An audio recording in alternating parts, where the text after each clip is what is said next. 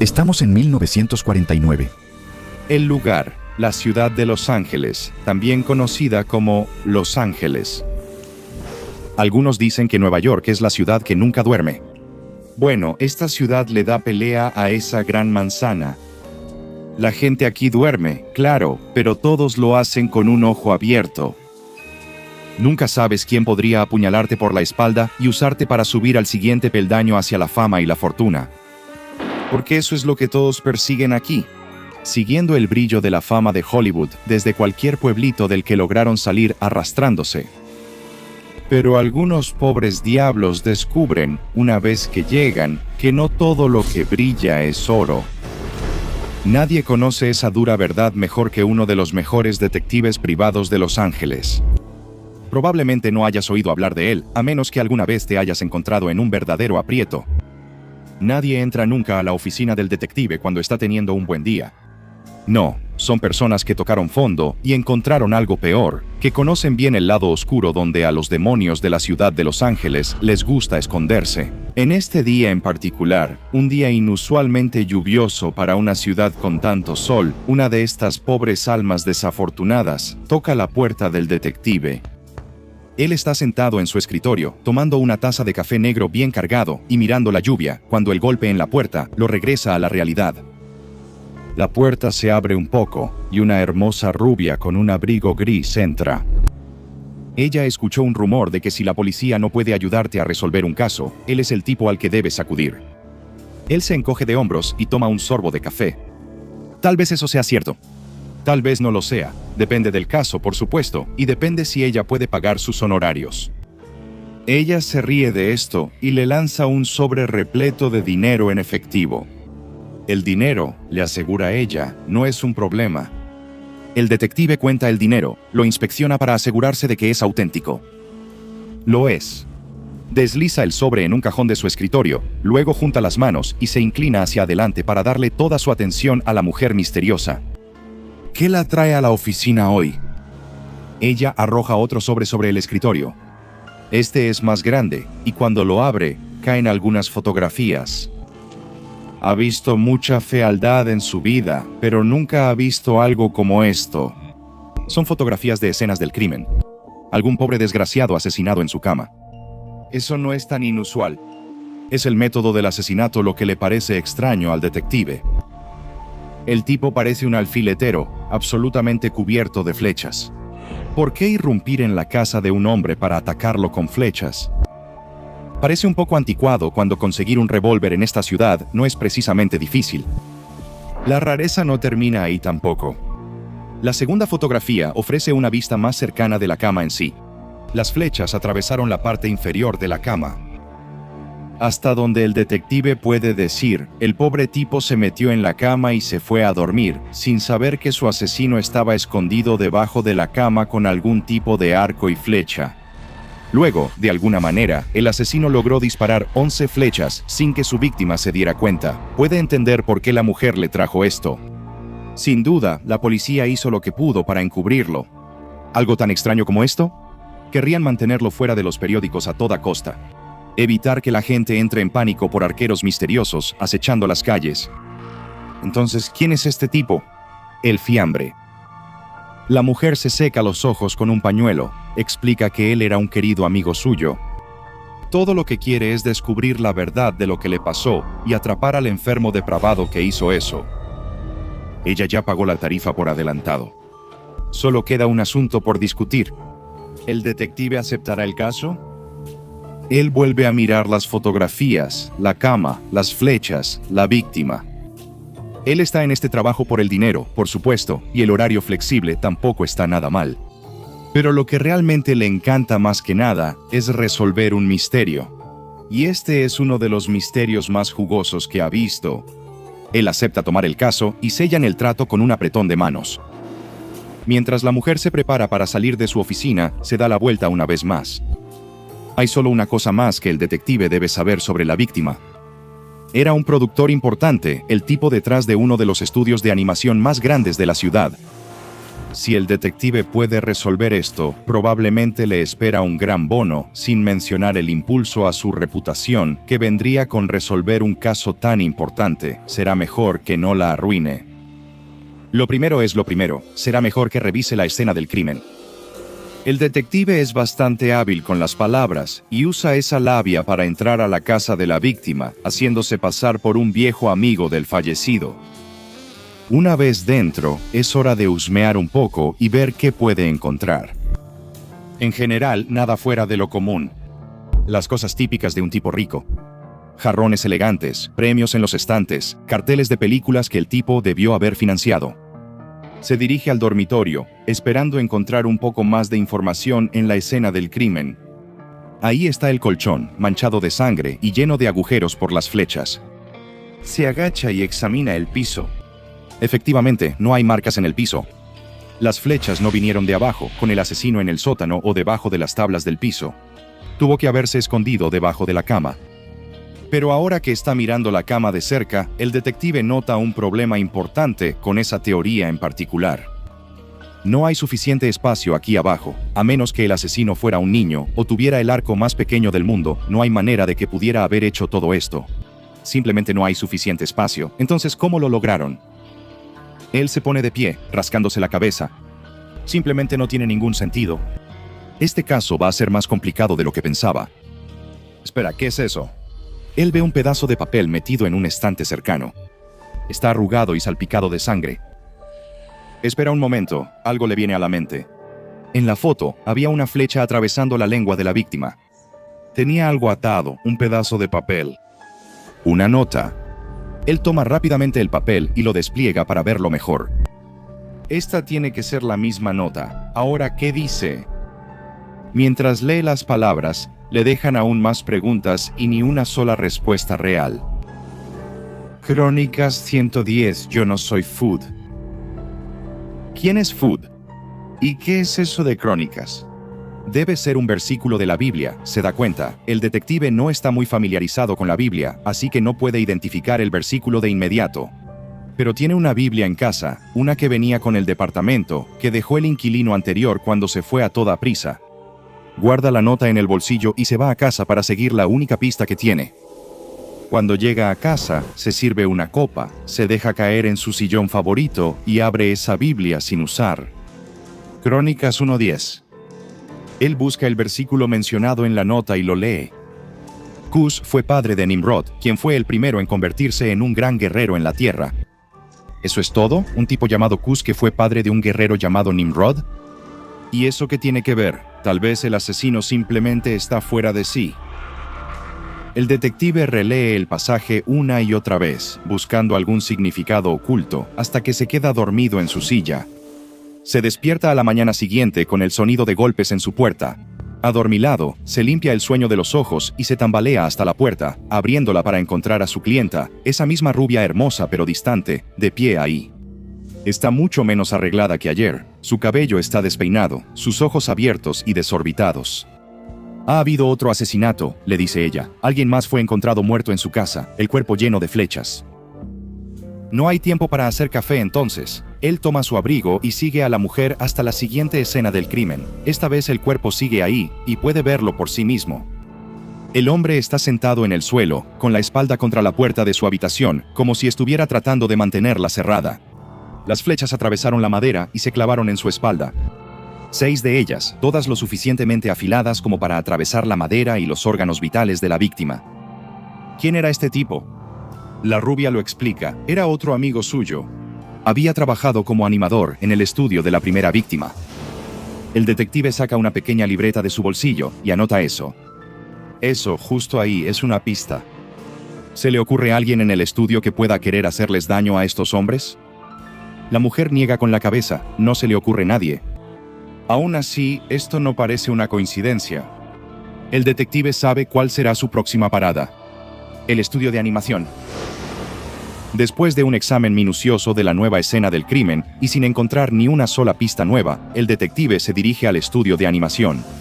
Al principio, los guardias de seguridad no lo dejan entrar, pero con su labia logra que lo dejen pasar una vez más.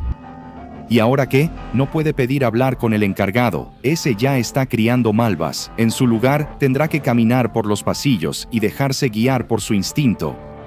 Mientras camina, de repente escucha un nombre que proviene de una habitación cercana. Pobre pequeño Nimrod.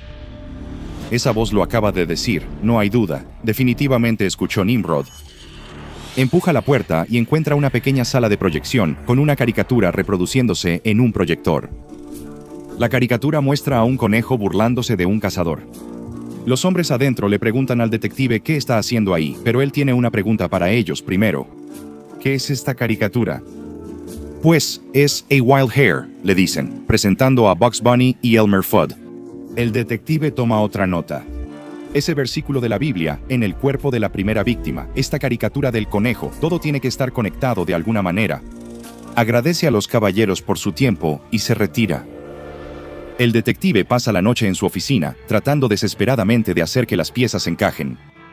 Las teorías giran en su cabeza, pero ninguna parece del todo correcta. Tal vez alguien del equipo de producción tenga un resentimiento contra sus colegas. Tal vez alguien fue despedido del proyecto y busca vengarse de alguna manera. O tal vez es algo completamente diferente, un romance que salió mal. Por lo general, hoy en día suele ser un romance. Pero entonces, ¿por qué hacer referencia a la caricatura? ¿Por qué Nimrod? ¿Por qué flechas? ¿Por qué todo eso? El detective apoya la cabeza en sus manos y deja escapar un suspiro hondo. Mientras más aprende sobre este caso, menos sentido tiene. No tiene manera de saber cuándo o si el asesino volverá a atacar. A la mañana siguiente, se despierta con una llamada telefónica. Siente un vacío en el estómago y casi no contesta. Pero ya sabe lo que va a escuchar. Ha habido otro asesinato, otra pobre víctima llena de flechas. Esta vez es un escritor, uno de los tipos responsables del guión de A Wild Hare. Alguien en esta ciudad tiene un problema con el equipo detrás de esa caricatura.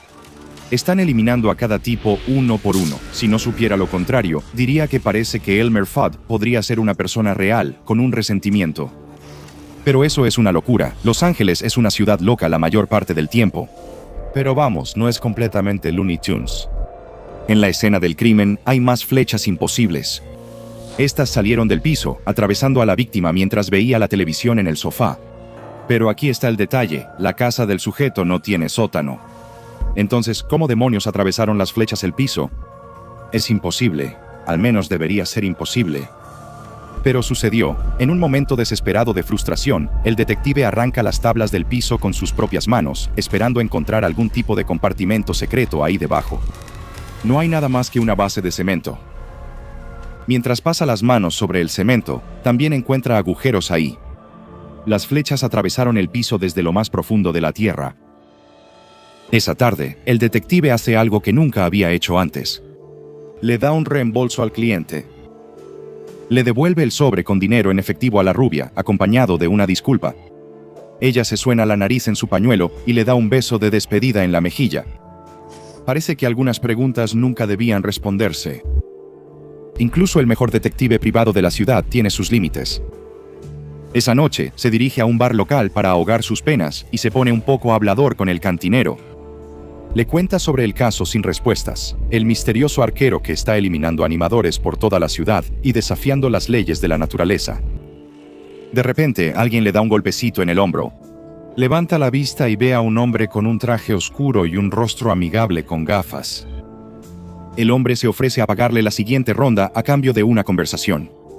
Quiere escuchar todo lo que el detective sabe sobre el caso. El detective duda al principio. ¿Quién pregunta? Él levanta una ceja. El hombre extraño le desliza una bebida con una sonrisa. ¿Alguna vez has oído hablar de un pequeño lugar llamado la Fundación SCP? Los dos hombres conversaron hasta la noche sobre el misterio que resultó tener un nombre. El desconocido lo llamó SCP-3940. SCP-3940 no se refiere a una sola entidad, sino a una serie de 56 asesinatos que ocurrieron entre 1949 y 1989. En cada caso, las víctimas de los asesinatos fueron alcanzadas por una o más flechas disparadas desde un origen no visible. Todos los objetivos de los asesinatos de SCP-3940 murieron por traumatismo físico, sin importar qué tan rápido recibieran atención médica o cuán competente fuera esa atención médica. El tiempo desde la lesión inicial hasta la pérdida de conciencia fue de aproximadamente 5 minutos en cada caso. Todas las personas objetivo de SCP-3940 compartían un mismo perfil. Todos trabajaban para Leon Schlesinger Productions, que más tarde se renombró como Warner Brothers entre los años 1938 y 1944. Finalmente, la mayoría de las víctimas estuvieron involucradas en la producción del cortometraje animado de 1940 A Wild Hare, mejor conocido como el primer dibujo animado en presentar a los personajes de Bugs Bunny y el desafortunado cazador Elmer Fudd. Al principio, los asesinatos no se consideraron anómalos, pero a medida que la ola de asesinatos avanzaba, la fundación determinó que muchas de las víctimas habían recibido disparos desde ángulos que se confirmó que eran físicamente imposibles. A veces eran captados por la cámara, otras veces, las flechas alcanzaban el objetivo a pesar de las barreras físicas que bloqueaban su camino. Un ejemplo particularmente notable es el destino de Phil Monroe, uno de los animadores originales de la serie de caricaturas Looney Tunes. En 1988, la fundación se preocupó de que Phil fuera el siguiente objetivo y lo llevó al sitio 19 de la fundación para su propia seguridad. Fue colocado en una celda segura bajo el pretexto de un operativo de protección del FBI. Aunque debería haber estado perfectamente seguro adentro, encerrado como estaba en paredes a prueba de balas hechas para resistir incluso un ataque de SCP-682, Phil fue encontrado muerto en su celda el mismo día que fue puesto bajo custodia protectora. Cuando el personal de la fundación llegó para entregarle la cena, encontraron a Phil tirado en el suelo boca abajo, su cuerpo inerte, lleno de flechas. Al revisar las grabaciones de seguridad, el equipo de seguridad se quedó perplejo. El video mostraba a Phil sentado en su celda, hojeando distraídamente una revista que le habían dado para su entretenimiento. De repente, levantó la mirada, con los ojos bien abiertos como si hubiera escuchado un ruido extraño. Entonces, de repente, una flecha atravesó la pared, perforándolo en el pecho. Se desplomó en el suelo y permaneció ahí hasta que encontraron su cuerpo. Más tarde se confirmó que varios investigadores de la fundación habían identificado la flecha dirigida a Phil antes de que fuera disparada, observándola en un lugar a más de 5 kilómetros de distancia del sitio 19, pero cuando la flecha fue lanzada, logró recorrer 5 kilómetros, atravesar el suelo y pasar por varias capas de muros de seguridad de la fundación antes de llegar a su objetivo previsto. Este fue el incidente que llevó a la fundación a abandonar cualquier intento de proteger a las víctimas de SCP-3940. Si las flechas podían recorrer distancias tan largas y atravesar muros supuestamente impenetrables, entonces parecía un esfuerzo inútil. La fundación descubrió por primera vez a SCP-3940 en 1949, cuando Leon Schlesinger fue encontrado muerto en su casa. Todavía estaba acostado en su cama, clavado allí por 11 flechas que habían atravesado la parte inferior de la cama, atravesado el colchón y penetrado en su cuerpo. Curiosamente, el piso debajo de la cama estaba completamente intacto. Una de las flechas estaba incrustada en la lengua de Schlesinger y tenía la nota que hacía referencia a Crónicas 110 adjunta. Originalmente, la fundación sospechaba que la anomalía era un incidente aislado, una serie de ataques cometidos por una persona de interés. Pero rápidamente se hizo evidente, después de 3 casos casi idénticos seguidos, que esto era algo mucho más anómalo. El 10 de julio de 1989, Mel Blanc, el prolífico actor de voz quizás más conocido por interpretar al personaje de Bugs Bunny desde 1940, fue asesinado por un total de 59 flechas. No busques eso, no encontrarás más detalles. Me han dicho que hubo un encubrimiento elaborado que involucró a la prensa y al Estado Manta, pero créeme cuando te digo que he investigado a fondo y confirmé la historia a través de, digamos, fuentes alternativas que desean permanecer en el anonimato. La flecha que atravesaba las famosas mejillas de Blanc tenía una nota adjunta que decía: en Asiria, castigamos la calumnia con la muerte. Mientras tanto, en el momento exacto de la muerte de Blanc, la estatua de Bugs Bunny afuera de los estudios Warner Brothers fue atacada con una lluvia de aproximadamente 4.000 flechas golpeándola desde todas las direcciones, incluso desde el subsuelo, lo cual debería haber sido imposible, hasta que quedó reducida a escombros. Cuando el polvo se asentó, una segunda andanada de 372 flechas fue disparada al suelo frente a los restos de la estatua. Vistas desde arriba, las flechas formaban un mensaje. Así está la cosa, Doc. Tras la muerte de Mel Blanc y el ataque a la estatua de Bugs Bunny, 2 eventos simultáneos designados como Incidente 39400, no se ha detectado más actividad de SCP-3940. Las medidas de contención previamente implementadas incluían protocolos de desinformación sobre las víctimas y sus muertes, así como directrices para rastrear al asesino. Inicialmente, la fundación intentó intervenir y proteger a las víctimas previstas, pero después de que estos esfuerzos fallaron, 14 veces seguidas fueron suspendidos. Debido a que SCP-3940 ha estado inactivo durante décadas, su designación ha sido cambiada a neutralizado. Parece que Nimrod obtuvo la venganza que tanto deseaba. Me parece que algo se ofendió por la sarcástica invocación de Nimrod que hizo Bugs Bunny en la caricatura Wild Hair. Nimrod, para quienes no lo sepan, es un personaje bíblico conocido por ser un gran cazador. Quizás, y esto es solo una conjetura fundamentada, cazaría con flechas.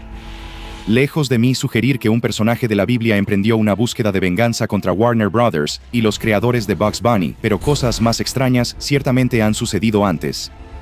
No puedo estar completamente seguro de si Nimrod mismo llevó a cabo estos asesinatos anómalos, pero parece que alguien muy poderoso se encargó de impartir una justicia verdaderamente al estilo del Antiguo Testamento. Ojo por ojo, diente por diente, herida por herida. Cuando se resolvió el rencor, entonces cesaron los asesinatos. Sea lo que sea que haya provocado el evento, sin duda tendré cuidado con los nombres que use como insulto en el futuro. Nunca sabes quién está escuchando y qué podría hacer al respecto. Pero creo que ya he divagado demasiado, me parece.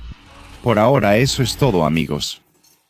Visita el Patreon del Dr. Bob y conviértete en investigador junior hoy mismo. Ahora ve y mira otra entrada de los archivos del Dr. Bob como SCP-7066, Los Simpson Zombies.